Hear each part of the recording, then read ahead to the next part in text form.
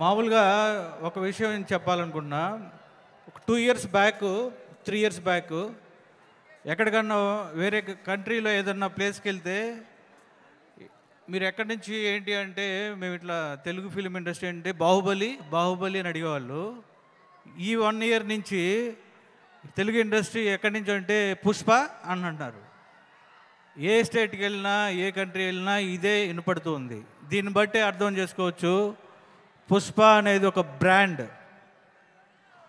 అల్లు అర్జున్ గారు ఒక బ్రాండ్ ఈరోజు ఇండియాలో.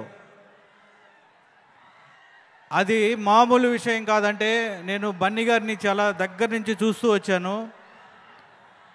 ఆయన కసి, ఆయన కసి నేను చూసా దగ్గర నుంచి. ఈరోజు అల్లు అర్జున్ గారు ఒక బ్రాండ్ అయ్యారు అంటే ఆయన కసి, ఆయన పట్టుదల, ఆయన హార్డ్ వర్క్, ఇంకా ఇవి మూడే ఆయన ఈరోజు ఒక నేషనల్ లెవెల్లో ఒక స్టార్గా తీసుకెళ్తున్నాయి.